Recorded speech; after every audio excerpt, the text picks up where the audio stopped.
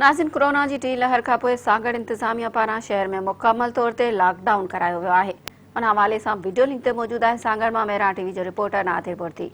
जी बिल्कुल, कोरोना की वबा का बचण लाइ सिंध हुकूमत पारां सॼे सिंध में जेको आहे 9 मई का जेको आहे लॉकडाउन वारो अमल दरामद कराइण जो ऐलान किया वियो हो। उन ते जेको आहे डिप्टी कमिश्नर सागड़ पारां असिस्टेंट कमिश्नर मुख्तियार कार सागड़ ऐं ॿियनि खे हिदायतूं जारी कयूं वियूं आहिनि त ज़िले सागड़ में भी जेको आहे मुकमल लॉकडाउन करायो वञे। जॾहिं त अॼु जेके आहे सागड़ शहर में मुकमल लॉकडाउन किया वियो आहे। जॾहिं त लॉकडाउन दौरान जेके आहिनि खीर दही चांवरनि जा दुकान जेके आहिनि खुलियल आहिनि। इन खां अलावा मां तव्हांखे ॿुधायां त सागड़ सराफा मार्केट है, जो लियाकत बाज़ार है। इन अलावा मोबाइल मार्केट भी जेके अॼु मुकमल बंद आहिनि। जॾहिं त असिस्टेंट कमिश्नर मुख्तियार कार सागड़ पारां जेको आहे लॉकडाउन जो जाइज़ो वरितो वियो। जॾहिं त लॉकडाउन दौरान बंदखड़ी कंदड़ जे ख़िलाफ़ कुछ कार्रवाई भी थियूं आहिनि। जॾहिं त SHO सागड़ पारां जेको आहे सागड़ शहर में इहो गश्त करे शहरनि खे आगाही ॾिनो पियो वञे त खुदारा मास्क पाइनि ऐं जेके समाजी विथी जो ख्याल रखनि, गैर ज़रूरी जेके घरां निकिरण खां परहेज़ कनि। मां तव्हांखे ॿुधायां त हिन वक़्त मां मीरपुर चौक ते मौजूद आहियां। मां तव्हांखे ॿुधायां त अॼु पुलिस पारां जेको आहे लॉकडाउन किया वियो आहे, जिते सख्ती सां जेको आहे लॉकडाउन जो